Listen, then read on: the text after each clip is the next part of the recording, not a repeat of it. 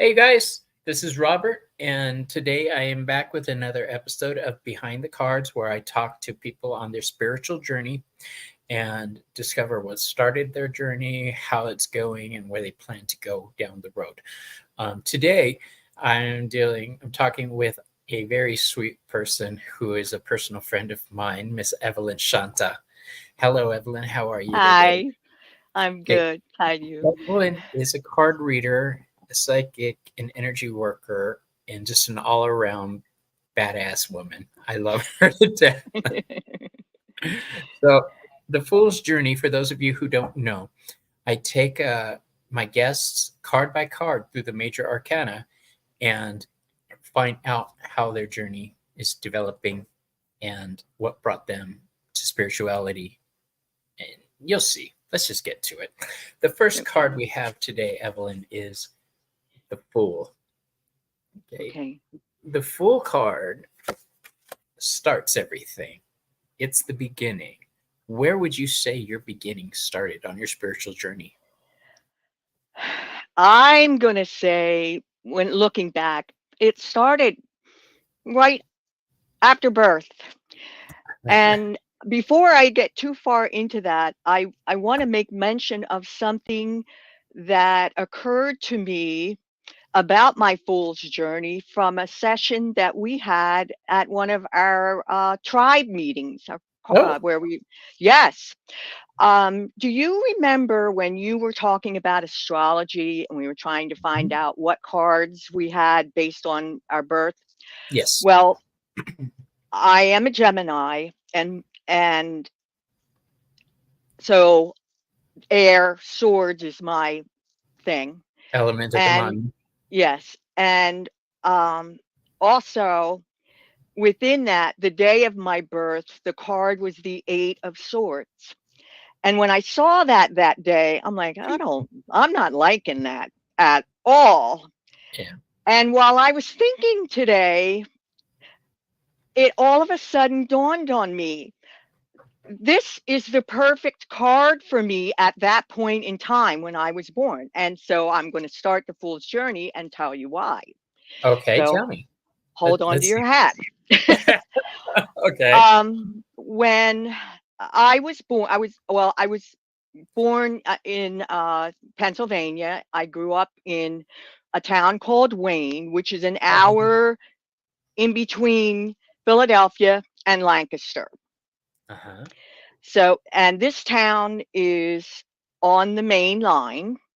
Hmm. It is one of the town itself is one of the wealthier towns in the state, actually. Although where I grew up was in an area they refer to as Little Chicago, because we Uh-huh. were the slum area. So when I was in my grandmother's house, my parents were living in a boarding house that my grandmother had set up out of her own home. Um, so we lived on the first floor. She had tenants on the Right. second floor, and then for a time she lived on the third floor, and then she rented that out. But when I was born, from the time of birth, I was in a crib with chicken wire tied to the top of my crib until I was 5 years old. Really? Why? Now I was allowed, of course, out of the crib, but I was kept in that crib for very extended periods of time, and I could not get out even if I wanted to because it was tied to the top. And there was a section where in front of where the rungs were that they had that like that also. Not only that, when I was in the yard to play, now this is up until I was 5, I had a harness with a strap and a tether line to a clothesline, and that's how I played in my backyard until I was 5. Once my once I turned 5, then they put me in a regular bed, but my bedroom was a sun porch with no heat. In Pennsylvania, the winters were cold, and I was like that till I was 16. Now, the reason I go back to the 8 of Swords is I was caged in Yeah, from you were. day one. Day one. Can I ask why? Because my mother really didn't know how to handle a child. And I have my 94-year-old aunt still talks about that to this day. So I have plenty of validation. All the neighbors knew it, my relatives knew it, but nobody did anything. Right. My one grandmother did try to get custody of me, but I'm not sure exactly what happened with that, but it never did happen. But anyway, I feel like from day one, my journey has been to get out of these cages. First, it was an actual physical cage, then it was an emotional, mental cage. So that card that I got that day was right on the money, even though I didn't want to see it. We never do when we come across cards that are difficult. So we know you started off from humble beginnings. We know you started off in turmoil. Yes. Um, the next card up is the Magician. When did you decide it was time to start building a life of your own? Well, To I would say I pretty much started trying to do that as a young child as best I could. Um, I was limited in what my outlets could be. Music became a big outlet for me. I was able to play the guitar. I actually did when I finally was able to uh, get out of the house and not be caged up like that. Got jobs from the time I was like 8 years old trying to make money. I bought a guitar and I still have it to this day. It's a Gibson, and yes. I played music and created my own little world in that room. I made the room, I decorated it as best I could, even though it was crappy. Hmm. And I, so that part there, I started to do things early on that I wanted to improve myself. So I found different ways to manifest that. I found ways to use that talent to get out of the house. Uh, Uh-huh. I I ended up touring in different choirs, and I ended up soloing with my guitar, lots of places. So I was able to get out of there with my music, and I took advantage of as much of that as I possibly could. Good. I didn't know you were that talented musically. That's what I love about this show. I find out so much about people I know and people I don't know both. How did that go for you? How long did you do that?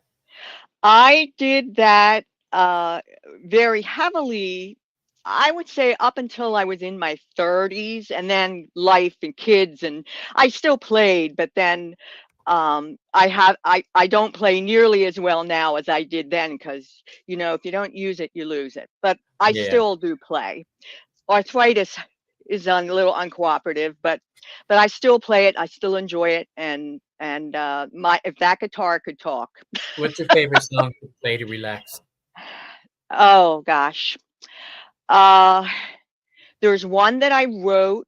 It's called Between the Lines. I played that a lot. But there's You also write one too? I write, yes. There's also one that was a Spanish piece called Malagueña, which I still can remember how to play it, which is amazing. But I played that on my porch. I played it loud. I don't know if you're familiar with that kind of music, but I played it loud and I drowned everything around me out. It went, it was gone. I'm Hispanic. That was family gatherings for me. That There you music. go. It still is. When we go to Yuma to visit our family, it's pumping La Chona and all the I strong love music. Carlos Montoya. I had all of his albums, and oh yeah, I was You really know who into my that. favorite Mexican singer is, and she's not even Mexican, I don't think, was Edie Gourmet. Oh really? How Yeah, about that? Flores Negras is one of my favorite songs of all times because it reminds me of my grandmother, and I just Ah, love it. Every weekend we'd stay at my grandma's house, and she'd wake us up by putting on the music to clean the house. That was the first thing we did. So yeah, wow. It's a strong Awesome. association. Now, the High Priestess, when did spirituality enter your life? I would say, looking back again, at the time, it didn't occur to me that that's what that was. But again, when I was very, very young, like 3 years old, even, because Oh, that is young. my my best friend from childhood, who is still my best friend, we've been friends for 70 years. Lovely. She is Chinese, and her family escaped from communist China. Oh. And um we were, I was always over her house. I loved her mother's cooking. It was great. She was tired of it. She liked hamburgers and I liked her mom's food, so I was always over there. And the crazy thing was, there were Buddha statues everywhere. There was red and gold and green and all these colors and special numbers everywhere. And that was how they grew up. And her mother was constantly giving me these Chinese folk remedies to eat or drink, and I just, okay, and I got caught up in the how can I put it, the way of life that they had. Uh-huh. They handled things very differently than my family did. My ex-wife uh, is Chinese. I understand. oh, really? Yeah. Her family is um very old-fashioned, very strict. Yeah, there were some things that were a little off-putting, but then there were these fascinating things. And one of them was, of course, I grew up during the 60s, and we were selling pot holders and strawberries to go to this amusement park called Hershey Park in Pennsylvania. I've heard of And it. while she had a Chinese laundry, so I hung out at their laundry. I camped out at the front counter with her, and we would pick on the customers and make them buy stuff from us. Right. But there was a time there in like the mid 60s where they had rocks thrown at the windows of their laundry, and I was in their laundry when this happened. This one occasion scared the crap out of me, and they did not fight back. They just ignored it, repaired the damage, and I said to Lily, how can you do that? Just, it's not our way. It's not our way. Now, this is a girl who's a fifth degree black belt. She's um I and so there were times when I would be overly emotional or jump the gun about things, and she'd be like, nope. It was this calmness. So that part stuck with me. I wished I'd have followed the the way that they behaved like that more then, but it took me a long time to process that. Well, we all but have our own journey in our own way. um but also, they were very intuitive about spirits. And even as a young child, I sensed spirits in my house. There was tons of spirits in my house. um my grandfather, who died long before I was even born, he died like right at the end of World War II. I know he was there. I could feel them. I never really saw, but I felt. And I also know that there was one of the tenants was haunting the house. May I 'Cause make an observation? what? Because of the history that you told me about with the playpen with the cage over it, Yes, that tells me your instincts, even as a child, were trying to get out of that cage, and mentally and spiritually, you were reaching out, yes. and eventually that developed. Um, Heather says she grew up in a haunted house. We have a couple people with us. Soul Academy, how you doing, my love? She says she grew up in a haunted house. And then we've Oh, also got Roots and Waves here. Hi, Ange, how you doing? hello. Um, Growing up in a haunted, I think most spiritual people have lived or been around haunted sites at one point or another in their life. I grew up in a haunted house. Uh, But it was almost taken for granted, though. Even so though, like, oh, go ahead.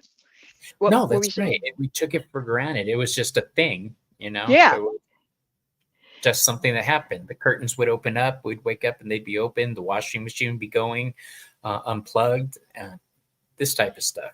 yeah. It was just a normal thing.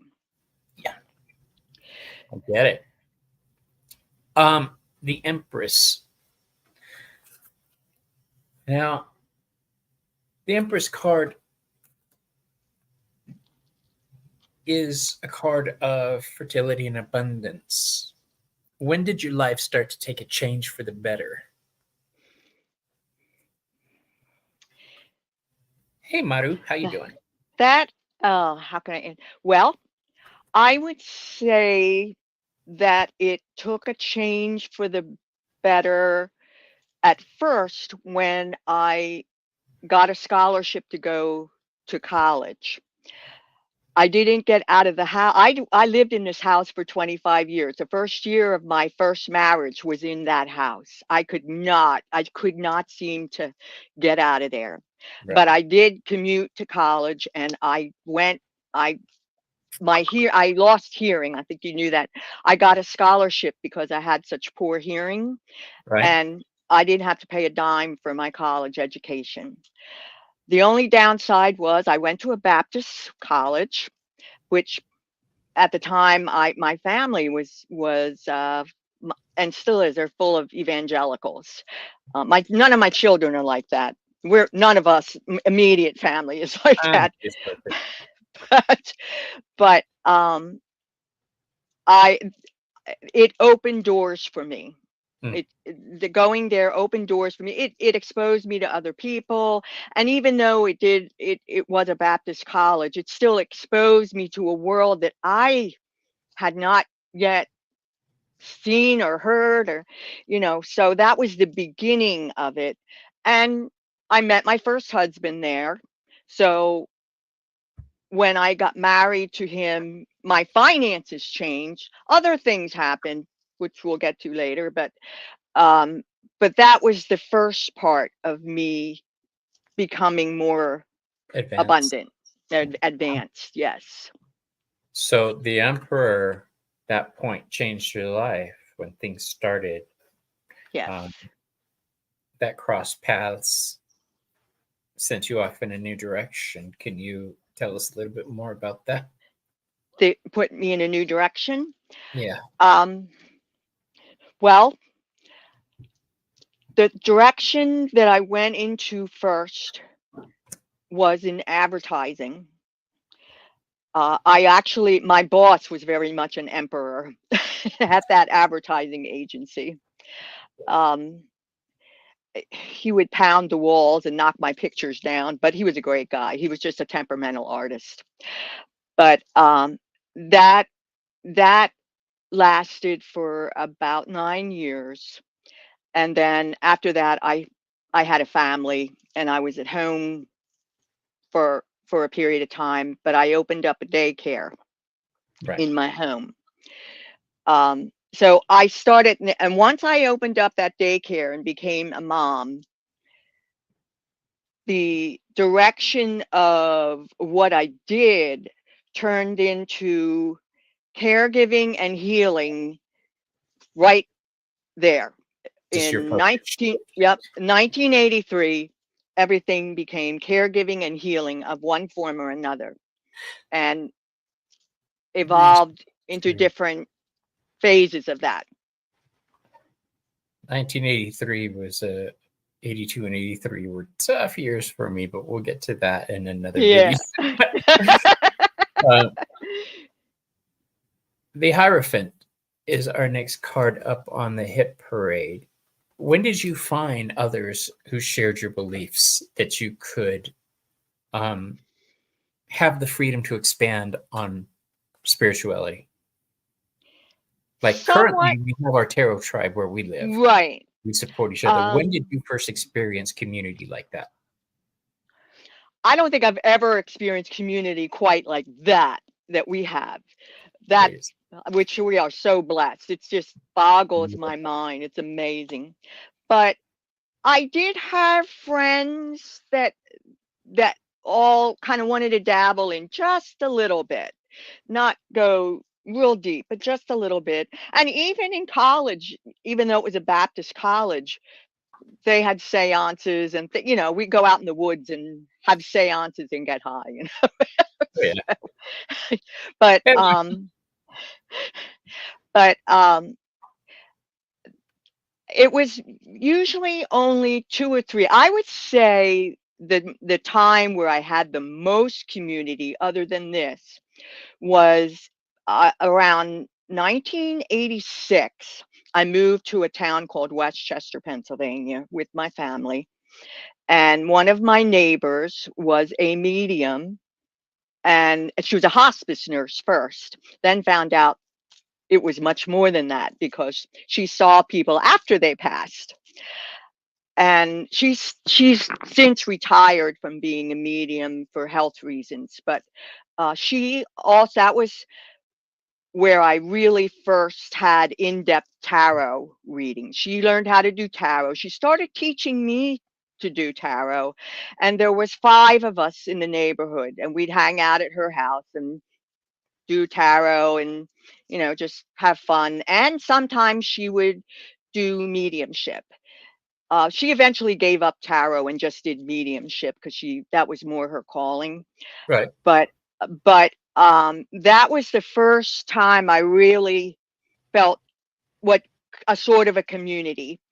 However, when she would draw my cards, every single time she would do a reading for me, I got the tower in there somewhere. Every single Really? time. And well, it How did. did you interpret that? Well, her interpretation of at the time, which was spot on, only I didn't know it until after the fact, was that my home was completely going to bust apart, which it did. Uh, I ended up leaving my marriage. I ended up in a domestic violence shelter, actually, and our Girl, you family got got through it. Oh my God. our family got blown to smithereens for a period of time. But I feel we're pretty good now. We're about as whole as I Evelyn, I've feel we known can you be. for about a year now, and I'm sitting here going, really? What can I say? You guys, when we get together, we have what's called a tarot tribe in our city. It's a bunch of us get together, about a dozen of us, and we support each other spiritually, and we talk about tarot, we share spreads, and we share other means of divination, but it's mainly support and community. So when Evelyn talks about she's never experienced something like this before, neither have I. I've had covens, I've had It's groups, just nothing like this. This nothing. is phenomenal. Heather Soul Academy says, Evelyn, my mom's side of the family was rife with domestic violence. Much love and kudos to you, my dear. Thank you. Thank you. Well, that I have to say, and I made my peace with the tower. Otherwise, I know that's going to, Hmm. probably come up again because we haven't got to that card yet. But it turned out to be the best thing that could have happened to me. Although I You had to can't rebuild rebuild. unless the foundation is destroyed. No, and I rebuilt from scratch. Literally, I didn't have a stick of furniture. I had to And I bet you rebuild did from it with scratch. attitude and anger, didn't you? Well, yeah, Yeah. from time to time. That's the other aspect of the tarot card. It's ruled by the planet Mars, which is aggression. So when Yeah, things are destroyed, it's usually the result is picking yourself up and going, never again. yeah. I call that my Scarlett O'Hara complex, where I'll never go hungry again. You know. I love it. That's such a movie. Butterfly and the Queen, and that cracks me up. Uh, the Lover's card. Now, I'm not going to go with the union, with the connections. I'm going to go with back to the Gemini. So, at this point in your life, what was your thought process? What at the point in my life that we just spoke about, Yes. I really, at that time, didn't know how to choose my path.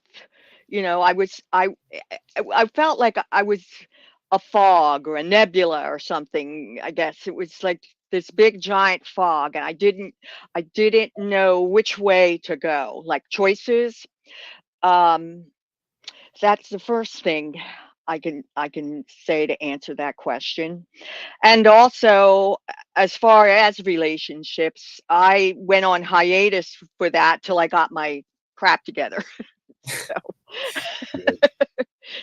So, but at first it was, I wasn't sure what direction to go, but I What ended, pardon? I was saying, what I'm hearing is you were in a fog, knowing there's something on the other side of the fog, and that it was something you needed and wanted, but you just couldn't figure out the right path. Right. But what I ended up doing, because by that time I had taken care of my father who had a stroke, and he had passed away by then, but I had taken care of him. I had taken care of my first husband's mother. She was in our house, and she died young. She died of lupus and lung cancer. So had taken care of her, and my grandmother. Actually, my grandmother and my mother-in-law were in my house at the same time. I was nursing both of them at a period for a period of time. And so because of that, when this all happened, I thought, well, hey, I could be a home care aide, or I Right. could work in a nursing home, because I wasn't able to get a job with the degree that I had. I went to school all those years, and I got a degree in English Lit, which trained me to fill out a grammatically correct a job application, but I really couldn't get much work at that point in time. So I got hired on the spot at a nursing home, and it was a horrible job. The nursing home that I worked at really was abused the patients there. They didn't take care of them. The staff was walking off the floor and driving away. They would quit like that. I lasted there 5 months, and then I went to a better nursing home. But anyway, I ended up in healthcare for a period of time, and I learned, and then from that, I ended up taking a civil service test and getting a job in social work, investigating elder abuse. So the first job I had, that was the most horrible job, was the best training ground I could have had, because I knew exactly what to look for when I went out on my jobs. That's excellent. That's And that all just, I mean, I felt like I was being pushed. Not, I wasn't doing the pushing though. I felt like I was being pushed in that direction. well. The next card up is the Chariot. Oh, there you go. So you feel you feel like you were being transported intentionally to Yes. a new area, a new state of being and understanding. Yes. Um, how how did that go? Well, How by the time I had gotten the job in social services, which I worked part-time at a psych hospital, which uh-huh. also, and a brain injury unit. I worked in both of those departments under Mainline Health. I kept that part-time as my safety net, because money was tight. Um, but I was a natural at this protective services job, and I had, like, between a minute was a long time, but sometimes I had 30 seconds or less to figure out if it was safe for me to go inside a house. And I had to use my intuition to do that. That's And excellent. I had, like, I mean, I had to quickly assess right away. And if my gut told me, you're not going in there, I went in the car and I would call the police or call somebody, a second person, as a backup or whatever. Um, but I won some awards for that work that I did. Um, so I loved the work. I hated the bureaucracy, Yeah. the paperwork. That was a pain. Well, the But chariot is also a card of Cancer, empathy. So I know you. I've sat next to you. I've hugged you. Your energy is strong. You're a very empathetic person. Um, the next card up is the Strength card. Finding your internal strength, that quiet strength. Um, Heather said, "Oh, I meant to say this." Heather said, "So many people fall through the cracks." Um, yes, oh yes, and that made it hard being an empath, sleeping through the night because I would worry about these people. I just would. Yep, Understood. It's yep, it's difficult when you're an empath in those type of yep. situations. I was a bartender and a hairstylist, Oh, there you and go. that doesn't sound like you would need a lot of empathy in those, but think about it. Oh Bartender, like yeah, somebody comes to you, you're a and therapist. hairstylist, I was a therapist, so those were two of the best careers to help me in my current career. Um, Honestly, it's just fitting all the pieces together. How easy was it for you to start pulling everything together at this point? What is that? The strength card? I couldn't Strength tell. card. Okay, Yeah. strength card. By the time I got to the social work job, I felt like I was on an even keel, finally on a path, and I had a purpose. I felt like, wow, this is for now. This is where I'm meant to be because I just it just felt right. And the strength card helped me. Honestly, I drew strength from my porch, my room. I whenever I would be under high stress situations, and there were many when I had that job, I had guns in my face when I would go to the door, not necessarily from mean people, people that had dementia. There were a Right. few mean people, but there was, I was in harm's way a lot of the time. But when I would think of my bedroom, that sun porch, and all that happened there and all that I went through, I thought, if I can get through that, I can do anything. And that gives me the strength. It just get it's there. I've already done it. I can do this. Yeah. Um, I believe something similar. I tell myself something similar. The other thing I tell myself when I see somebody in pain or in trauma, in an abusive situation, I don't look away. I don't try to exit myself from the situation. I tell myself if they can go through it, I can at least see it. I can at least talk to them about it. Okay. It's Yeah. more uncomfortable for them by far. So Yes. the Hermit card is our next card up. Now, the Hermit card is a card of insight and reflection. By now, you're starting to realize more and more about your spiritual journey, right? So, Right. what what area were you starting to focus in at this point? In I would say that I dabbled somewhat with tarot on my own, separate from my friend, but I was still at that point a little hesitant to really dive back into it because I of the whole thing about that. I just didn't want to know about any bad stuff. Yeah. So I more or less was in this part about um the unseen. It's spiritual.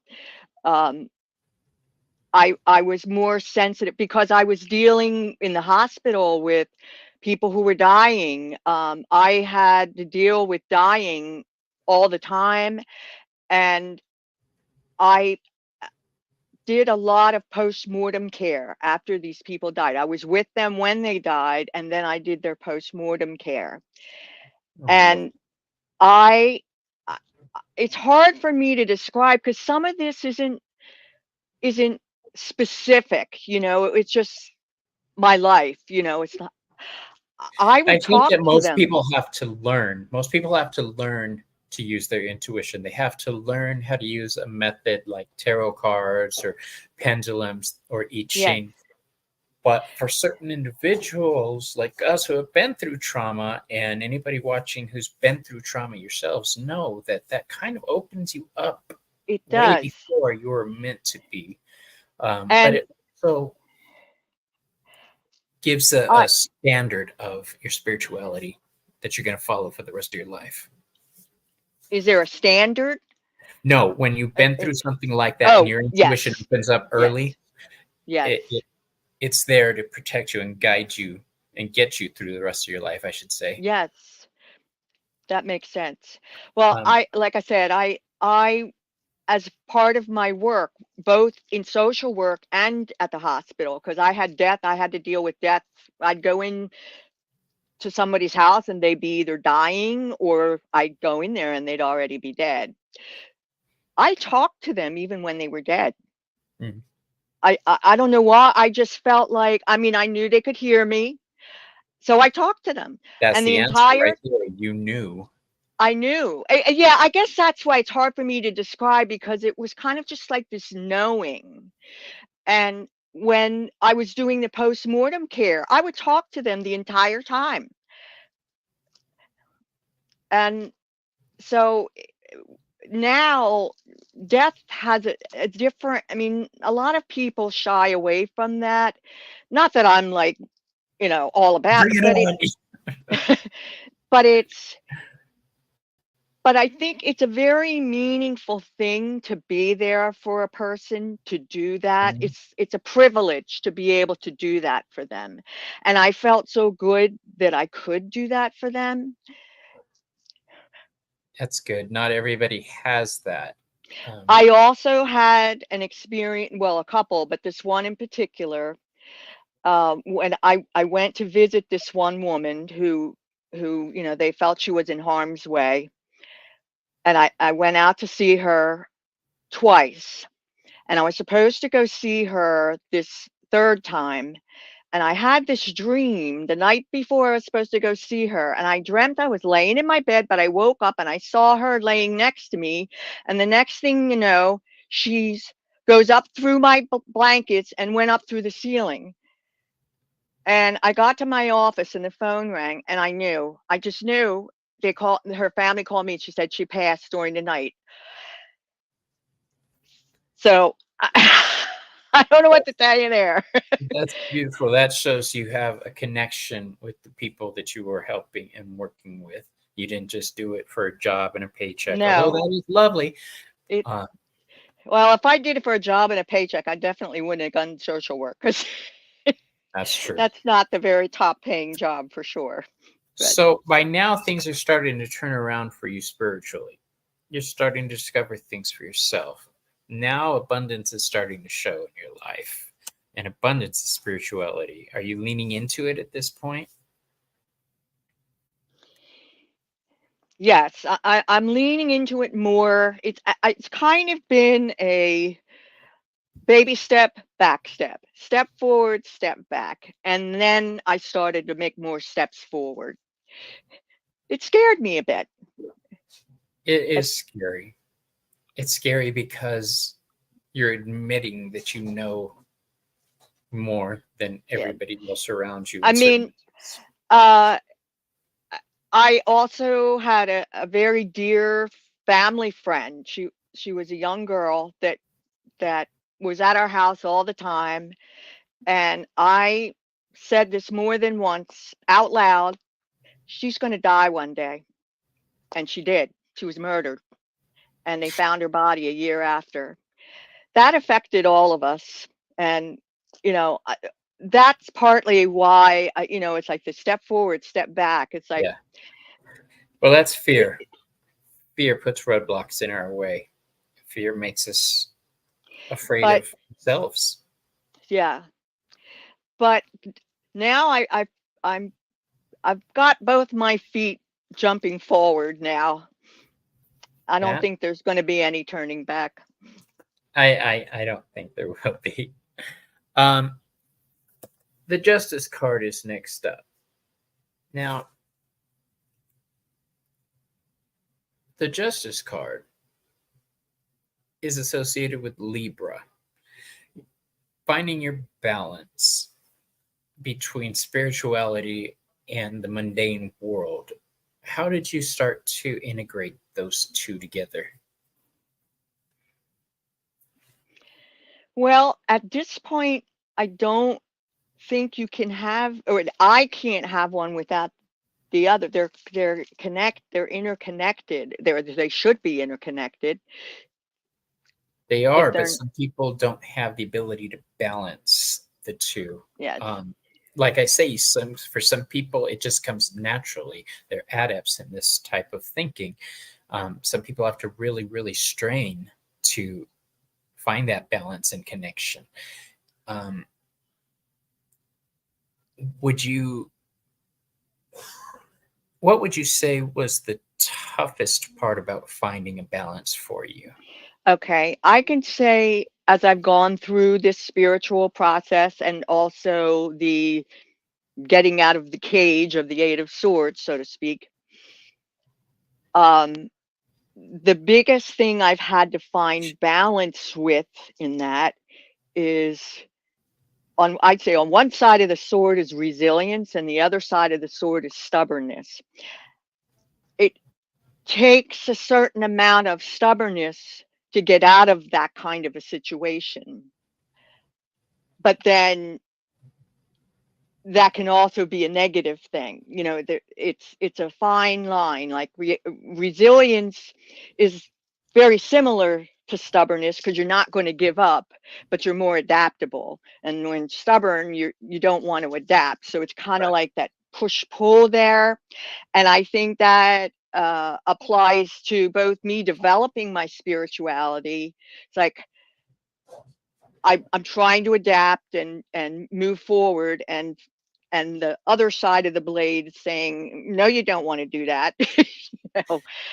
And the same thing with other, like I said, mundane things in life. So that's where I have, it's a constant struggle to balance those two. My big struggle is the voice inside me telling me I don't deserve the success I'm having now. I don't That imposter deserve syndrome. that. Yeah, that imposter syndrome. I've spoken of it before.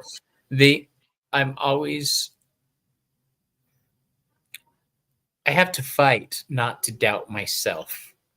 Um, because well, for instance, I do readings for people and I'm thinking at the end of the reading, oh my gosh, I didn't answer what they needed answered. They're never going to come back to me. Why did I do that?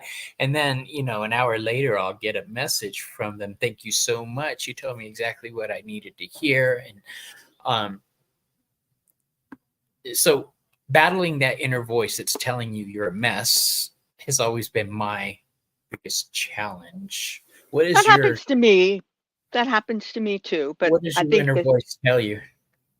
my inner voice, Your negative voice speaking in your ear. my negative voice likes to tell me I'm not good enough and I'm not worthy. I try to drown it out. You know, And how it's do you it's in balance that there. with a positive voice? What does your positive voice tell you? When I have that happen to me now, that's when I find that meditation helps me out because I can get that to go away, you know, Mm. and my walking meditations especially. I When I do that enough on a regular basis, that doesn't happen near as much. The next card up is the Hanged Man. In case you guys don't know, this is the influence of the Angels Tarot that I'm using. I'll be using it tonight on my broadcast with Ramon on his channel, Moon Scarab. The Hanged Man is next up, and it speaks of a new way of looking at life, seeing past the illusions, which is kind of what we were just saying. When Hmm. problems crop up spiritually, you have to balance it with another voice telling you to move forward. The thing about the Hanged Man is it's associated with Neptune, the planet of illusions. What was the biggest illusion you had about your life that got shattered on your spiritual journey? Okay. Okay. I think when I was first starting out, after I had that one group that I told you about, where I had the friend that did the tarot and was a medium. Um, After I left my marriage, I was in therapy. I actually had PTSD. I didn't mention that. It was bad. I had from all of this stuff. I've now I basically had no recovered. doubt, love. I know what you're saying. I was like, Yeah, but the therapist that I put the most trust in, and I have to say we had a great time. We did have a blast. She crossed the line from therapist to drinking get high buddy. ah, And it kind of set me back a little bit, yeah. um, a lot. I will It say this: I had a therapist that I was seeing in. Well, he wasn't a therapist; he was my caseworker, who was supposed to be there to help me out with everything. This is 25, almost 30 years ago. We ended up dating and eventually living together. So, and it did screw up my path. So I get where you're coming from. It did. Yeah, it was it Oh, it made me question everything. I mean, I did get a lot of help during that time. I mean, um, she took me on road trips for my triggers, and actually they did help, but she crossed the line in so many ways. She actually ended up getting sued, not by me, but by from another patient. But yeah. um, that really made me question so many things, and it gave me a lot of doubt on people that do that for a living. Um, It was hard to get over that. Well, there's good people in that field and bad people in that field, just like there are good tarot card Right, readers and bad tarot card readers. I don't approve of the ones who only tell you what you want to hear, that right. won't say anything negative. They'll always put a positive spin on everything because they're afraid you'll get upset or won't like the reading.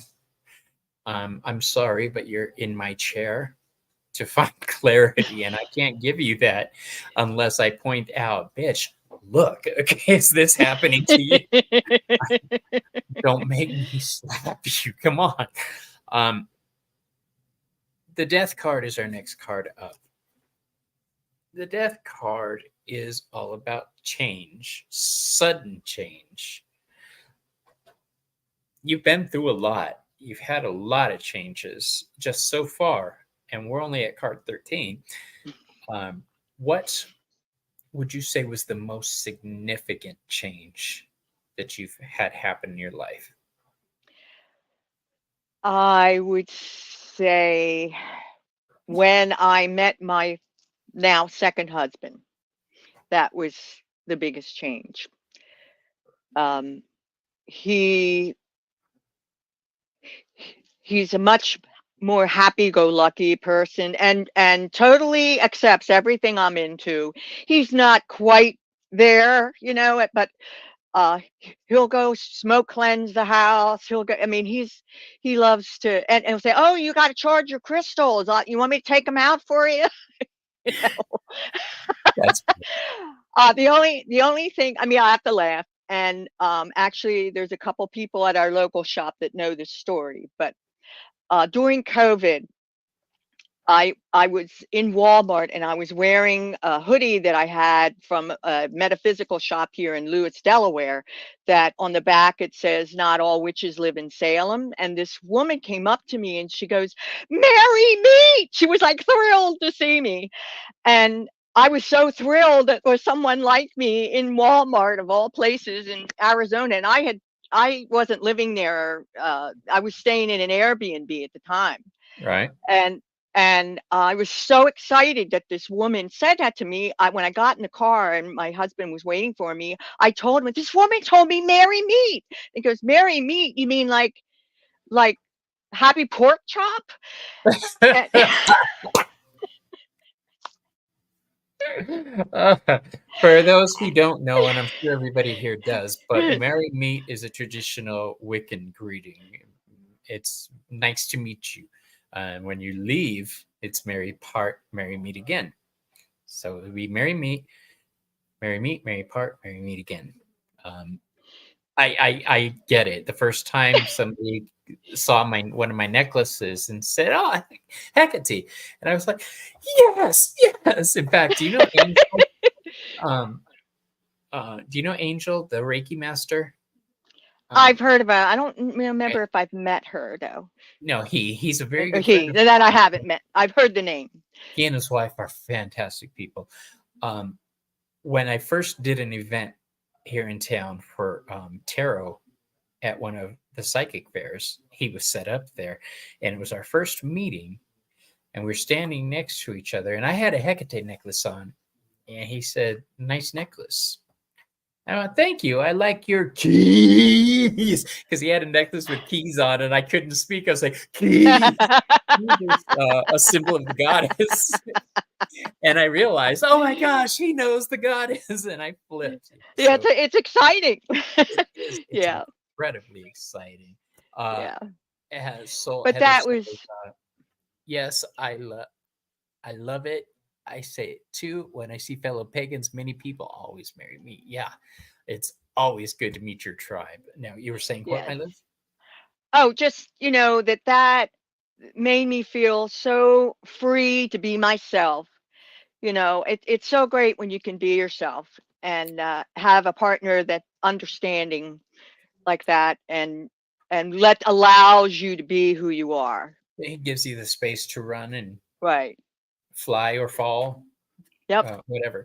So next we have the Temperance card, which goes along with what we're just talking about. Temperance card is about balancing the different aspects of your life to find healing. Um, how do I phrase my question? Hold on a second. Would by now I'm listening to your story and I'm seeing how things developed with you. And I find it beautiful. By now, you're aware you're a spiritual person, I'm sure. Hmm. Um, now is when I'm assuming you started picking a direction to go in, and focus on and explore more. What was the first area you focused on to explore? Well, by this time, I mean, I started focusing on tarot because I had always been curious about it. When, like I said, when I was in that little group, I mean, I knew some, but I wasn't actually doing the tarot. I was being the receiver of it, even though we were doing it all night long. We did go to a couple of classes together, um, but that was the first thing that I thought, I want to learn how to do this the right way, and so I focused on that. And then I actually, and all during COVID was a very productive time for me with that, learning tarot. Yeah. And also I signed up for the University of Metaphysics in Sedona, and I completed their bachelor's program. So I'm an ordained minister, and I'm now working on my master's for the benefits of self hypnosis. The degree I'm picking is a holistic life coach, although I'm doing it more for me, not the outside world per Well, se. I'm doing it for my own enrichment. that's what healing is all about, Yes. doing it for yourself. Now, the Temperance Yes. card takes all the different aspects of your life that you've been through, mixes them together. In the Thoth Tarot deck, it's called art because you're blending everything together like Okay. alchemy.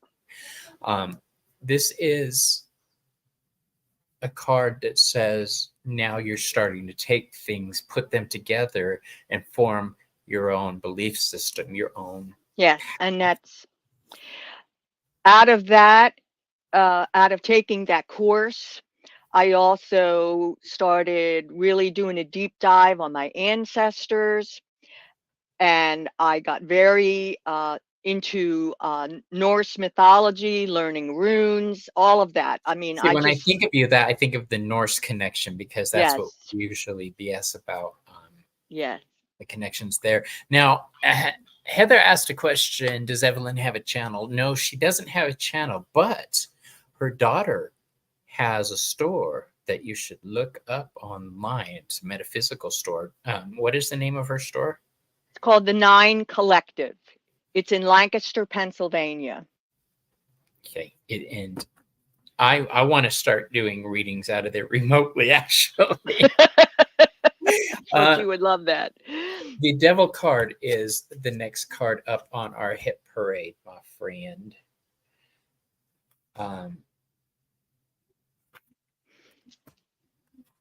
Your challenge, what was it once you realized, oh, I am a spiritual person? What was the biggest challenge or restriction that you felt? I think one of my restrictions, especially because of the history that I shared with it, I hadn't allowed myself enough time to play,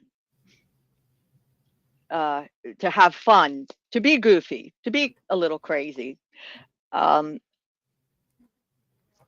I find you to I be a goofy person. well, I am, but I mean, I am outwardly, but I worked very hard for a very, very long time. And so I sometimes would feel guilty if I had Well, fun. there's nothing. I'm not really like that now, but it was tough for me to to feel not feel guilty about having a good time, if that Heather makes has to sense. run, but she says she'll watch the rest of the replay later, that it was wonderful to meet you. Thank you. It's great to meet you too. We need to get you a channel because people are interested on getting private messages on that too. So, was it, has it been difficult to walk away from things that you consider binding? Sometimes, sometimes it was because even though I was setting myself free, other people around me that I care about weren't free of that same, we were interconnected. So it made it a little bit difficult that way. So it's kind of a touchy dance, so to speak. Yeah. So next up we have the Tower. We were talking about the Tower Yes, card. we Tell were. me about the Tower card in you. I have made my peace with the tower. It took me a long time to get to that point.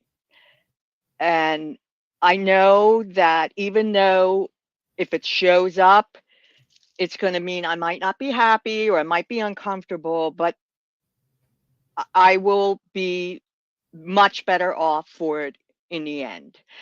And so it's like, pardon our looks, we're under construction right now.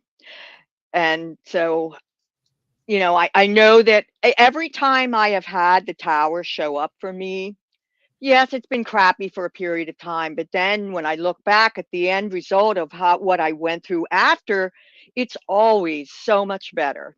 So I've made my peace with the tarot card. We I mean, have with the to tower card. destroy the foundations of certain belief systems and certain Yes. realities in order to build something new. Yep. That's And why. I've had to rebuild several times in my life, and each We're what I like to call adults. And by that I mean over the age of 50. Okay? So we're adults. yes, So my patience is waning as life goes on, I don't have time to deal with people's bullshit. I've got work to do. Ah, I've got things to build. Um, let's just skip the crapping and move on. The star card brings hope. Where do you find your hope? I think that the hope and the strength, the star and the strength card to me go hand in hand. Um, I have hope because I know I've survived what I survived. So I have hope that anything else I can deal with. I may stumble along the way, but I'm going to get there. I get that. The moon is a card of things that are hidden coming into light. Yeah, that okay. That one, um, I I'm not as big a fan of the moon as some people are, only because I worked in a psych unit for 20 years and we always dreaded the full moon because it was Yeah, always packed. But I think I'm not as uncomfortable with the moon as I was in the past because I'm working on honing my intuition, and that will help me with seeing those things that are hidden. tarot is a great way to hone your intuition. Tarot and oracle cards. Would you say Yes. that's your favorite way to do it? Yes. It's also my favorite way to do spells. I love to do tarot Yes, spells. tarot magic. I actually am. Um, I'm like yes. Um, tarot spells and tarot magic is something I've always loved. I won a a tarot magic class, and that's happening tomorrow with Miss Oh, Jody. awesome. So I'm excited about that. Um, have you? Do you feel like you are getting back to the moon, strong in your intuition, strong in your as strong as you're going to get with your intuition, or do you believe there's a lot more room to grow? I think there's a lot more there because I still have a little bit of that resistance. I mean, I'm working on it, but it's like I get really far and then this part of my brain goes, no, no, no, no, you don't want to do that. And so Mhm. I have that argument in my head, but it's getting less and less. So there's more. There's more. The, the reason I want I to ask explore that, more. the reason I ask that is because spirituality is just like tarot. You're never gonna stop learning at it. Just when you think you got a hang on it, so another door will open to a whole nother part of the Oh my castle. gosh, yes. You're forever learning. I mean, I love that though. Because So do I I. think it's great that when you master the one thing, then you have something new that you have to learn about. But I love that because I like learning. So, Me too. and The Sun card. What is your brightest joy in your life? my husband and my kids and my grandkids, they're my they're How my many world. grandkids do you have, and how many kids? I have 4 kids, 2 boys, 2 girls, and I have 4 grandkids, 3 grandsons and 1 granddaughter. Um, we have a comment for you. Miss you, Evelyn, and this is from Mama D. Oh, hi, I miss you too. Yeah, we're all waiting for you to come back. D is part of our tarot tribe. In fact, she was the one who organized it. So D, mwah, chef's kiss, Mama. Yeah, I'm so grateful. So one of my besties. Wonderful. Where were we? Oh yeah. So your joy. What brings you the most joy? How many kids, grandkids? You said. I have How do they feel about your spiritual journey? They're thrilled. I mean, they're very much into this. I mean, my oldest daughter, Zoe, obviously she's very, very into it, or that's why she has the shop. That's what she has their thought. Yeah. Um, and the rest of them, my youngest son is he's very intuitive. Actually, he's seen spirits. He's not real thrilled about that, though. He's not really embracing it. It kind of scares him, but he has seen spirits many times. Miss Joe also says, ditto, Evelyn. Can't wait for you to get back. I'm telling Aw, you, I honey, can't we wait all to miss come you a back. lot. Aw, I try to keep up, but it's Yeah. hard. So we've got the judgment card. Um, the judgment card is a card of transformation. Looking back on your entire journey, how would you sum up your transformation in one sentence? I know it's hard. That's why I asked it. In one sentence. I have been set free from my cage of the Eight of Swords to explore what I'm really meant to be. And I guess that's my sentence. I could That's a go good on. sentence. You've been set free. Um, your whole journey apparently has been trying to find spiritual freedom, Yes. um, and help as many souls along the way as you can. Yes. That Um, is what I really want to do with what I'm learning. And I've already been doing it. Like my my kids always find friends of theirs. It's like, oh, well, my mom reads cards. Will you read cards for my friend? And what I do when I read for them, or if I read in Zoe's shop or whatever, I tell them I want to donate that to her to charity. Now, last year, what I did with all the readings that I did, I didn't take any money from it. This is just me, and I'm retired. I'm 70. I don't want to, you know, this is how I choose. I was helped so much for a long, long time. When I went to the shelter, I had help getting back on my feet. Countless people helped me, so I want to give back. So what I've been doing is all the funds that I would make from reading, I donated towards. There's a domestic violence shelter in Sierra Vista, actually, and I donated to them. And I do it typically once a year. I actually now have a specific date. I I do my donations on March 22nd because that's the day that I went to the shelter. And so I want to keep doing that, but I also want to expand it to help other charities. There's one in September that actually Zoe started. It's called the Michael Project, and it is to raise money for suicide prevention awareness. And in September, which is Suicide Prevention Awareness Month, I want to do readings and donate money towards that.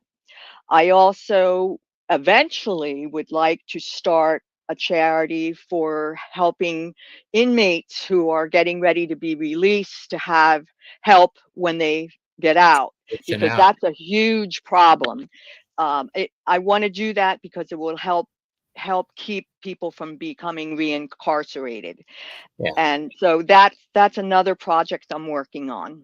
On that, I did help somebody, a family member who got out of prison, and help them out, help them get back on their feet. And now they were doing better than I am, little bastard. Well, Um, yeah,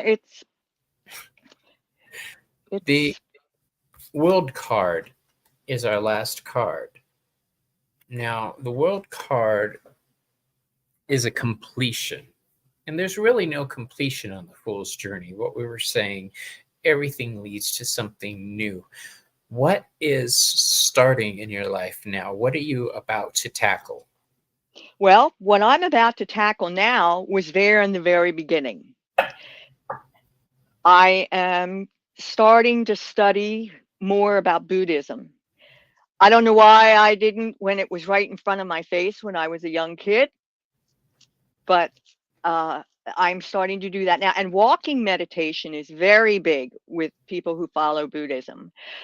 So I'm already doing that part, but I want to pursue that further. So I'm kind of going back to the beginning in a way, but with a different viewpoint than I started out at.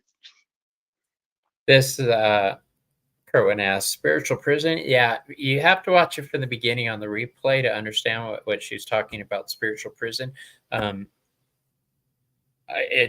got to tell you, hearing the whole story, even in part, I'm like, I'm just amazed. And you're so graceful and gracious and such a sweet woman. You would think somebody who had been through what you've been through would kind of be a bitch. Um, but you're not. You're a very loving, caring person. And is that because you've been through that, you're an empath, and you don't want to see anybody else go through that?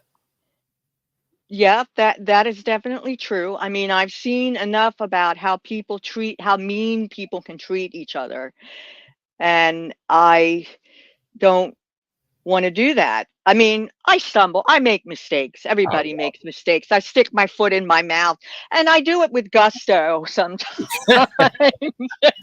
You Not know, sorry.